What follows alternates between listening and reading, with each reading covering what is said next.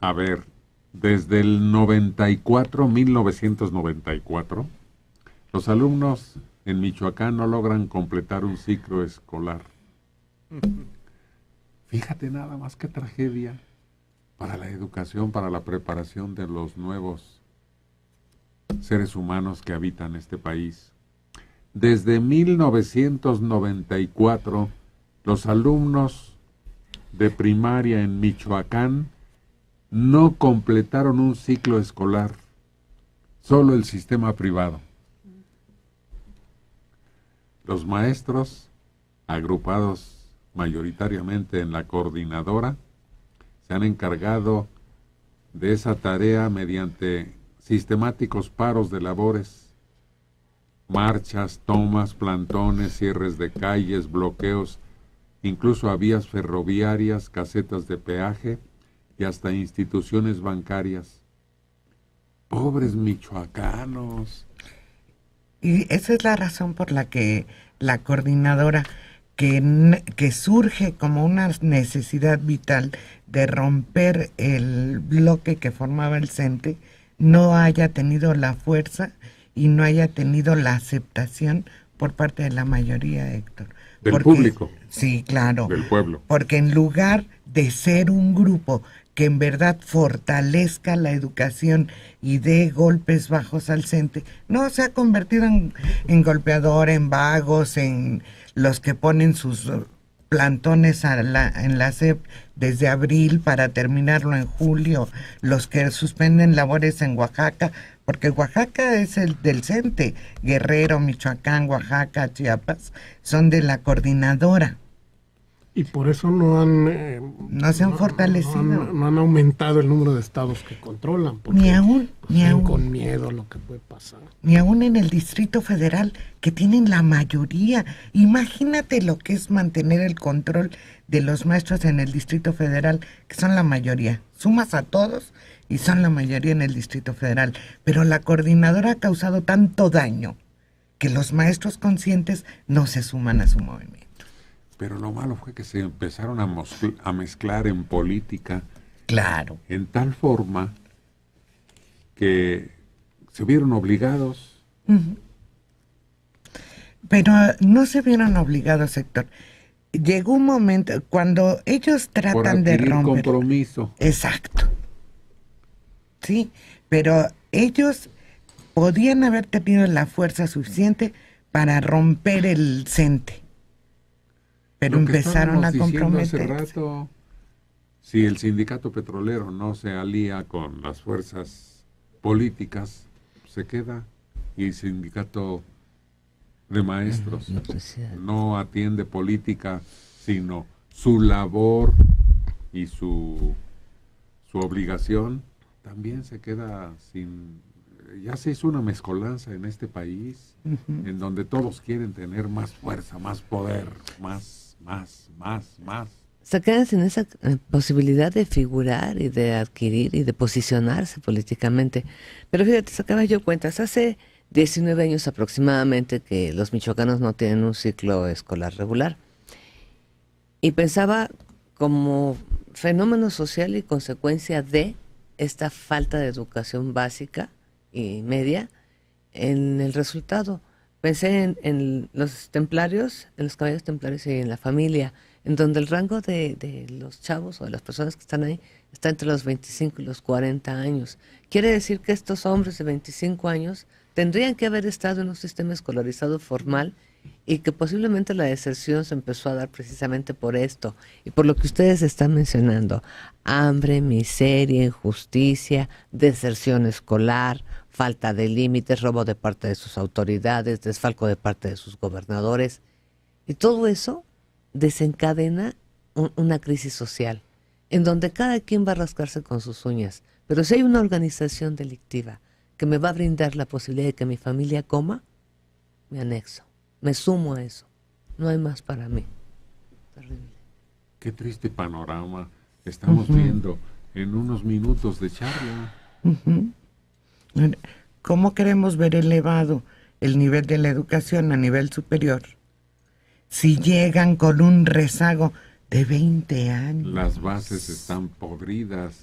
Es como si quieres levantar un edificio o una pirámide sobre estructuras hechas así, No se al puede. vapor. En un cojín lleno de bacterias y de virus y de insectos, Alimañas. de todo no te va a dar resultado, va a estar, aparte de podrido, enfermo, y todo lo que surja va a estar enfermo, todo. Y vamos a suponer que el 50% de la población michoacana es la que dicen que abandonó. Vamos a pensar que el 50% se fue a lo particular. Ese 50% ¿qué? El 40% se fue a las patito. Y esos son los que terminan como ingenieros, como profesores, como doctores. ¿Sí? Pues de todos modos estamos fritos. Pues y ahora sí, como dice el refrán, estamos amolados todos ustedes. La lucha que el magisterio ha hecho no ha sido para ganar un peso más, sino que ha sido para fortalecer el proceso educativo. Eso dice un dirigente, José Ortega Madrigal, allá en Michoacán, maestro rural que comanda al magisterio disidente desde octubre pasado, que las movilizaciones de su gremio en las últimas décadas ha beneficiado a la educación pública. Dios mío. El grado de cinismo, de desvergüenza, es ofensivo para los niños. Pobrecito. Está ciego, está obnubilado, algún desajuste tiene. Se llama ignorancia. O abyección. También.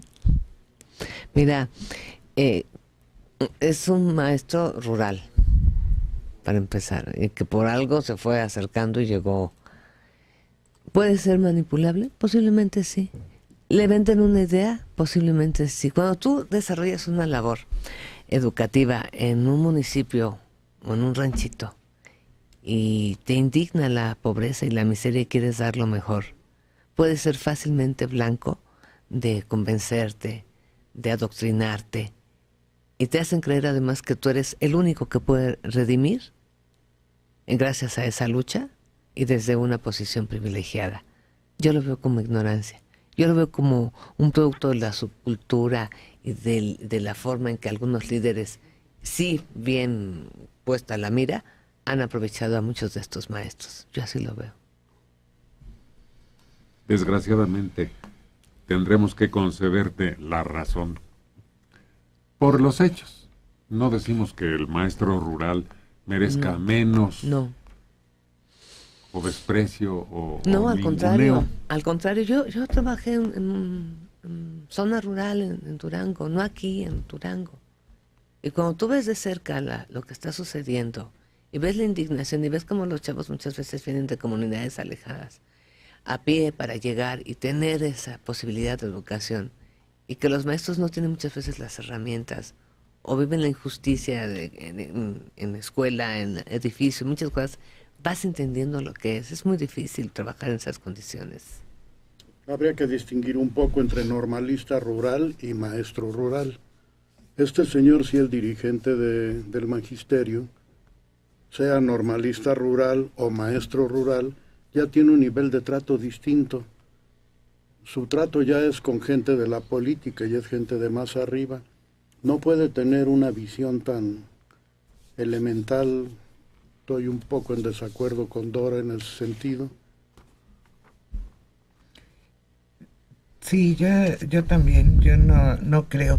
El maestro rural puede ser convencido de primera instancia.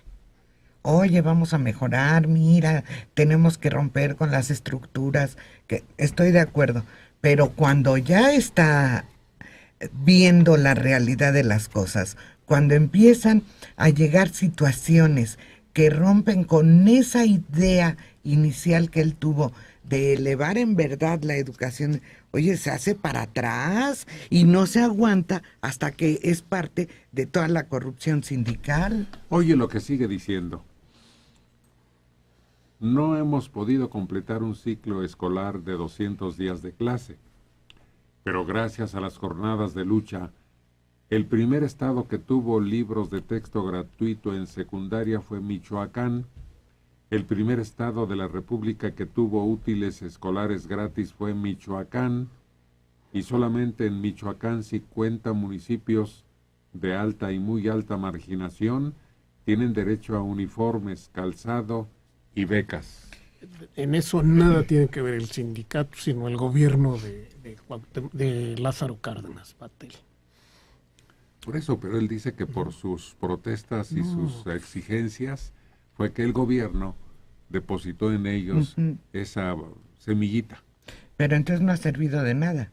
Porque si les das libros, les das uniforme, les das todo, y el maestro no aprovecha esos elementos para elevar la calidad de la educación, que los quiten. Porque hace 60 años que no había ninguna de esas cosas, el nivel educativo en México era muy superior.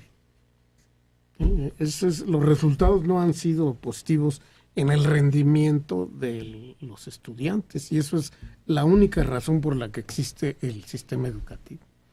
Yo tengo un amigo que tiene 2 parientes, maestros, uno en Uruapan y otro en la zona de Zamora, por ahí cerquita. Bueno, los 2 ganan bien, más de 30,000 pesos. Uno de ellos es bilingüe.